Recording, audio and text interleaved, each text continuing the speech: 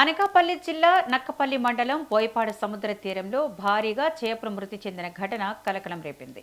ఈ ఘటనపై జనసేన పార్టీ పాయకరావుపేట నియోజకవర్గ ఇన్ఛార్జి గెడ్డం బుజ్జి స్పందించి నక్కపల్లి మండల నాయకులతో కలిసి తీర ప్రాంతాన్ని సందర్శించారు.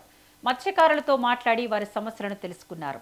పరిశ్రమల నుంచి విడుదలవుతున్న వ్యర్థ జలాల కారణంగానే ఈ పరిస్థితి తలెత్తిందని మత్స్యకారులు ఆరోపించారు.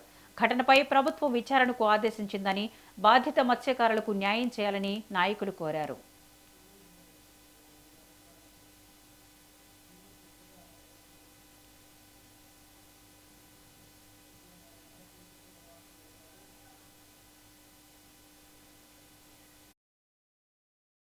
నక్కపల్లి మండలం. నా పేరు వెలగా సుధాకర్, జనసేన పార్టీ మండల అధ్యక్షుడిని. సుమారు 7 కిలోమీటర్లు తీర ప్రాంతంలో ఈ ఫ్యాక్టరీల తాలూకు పొల్యూషన్ వల్ల మత్స్య సంపద అంతా నాశనం అయిపోయింది.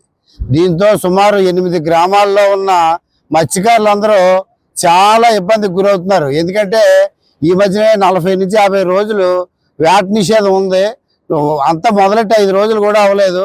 మత్స్య సంపద అంతా ఇలాగా నాశనం అయిపోతూ ఉంటే మా జీవనోపాధి ఎలాగా బ్రతకాలి మేము అలాగని అన్ని కుటుంబాలు కూడా చాలా రోధిస్తూ ఉన్నాయి. మత్స్యకారులకి సరి అయిన మేలు చేయాలంటే ఫ్యాక్టరీలు వదిలే పొల్యూషన్ వాటర్ మీద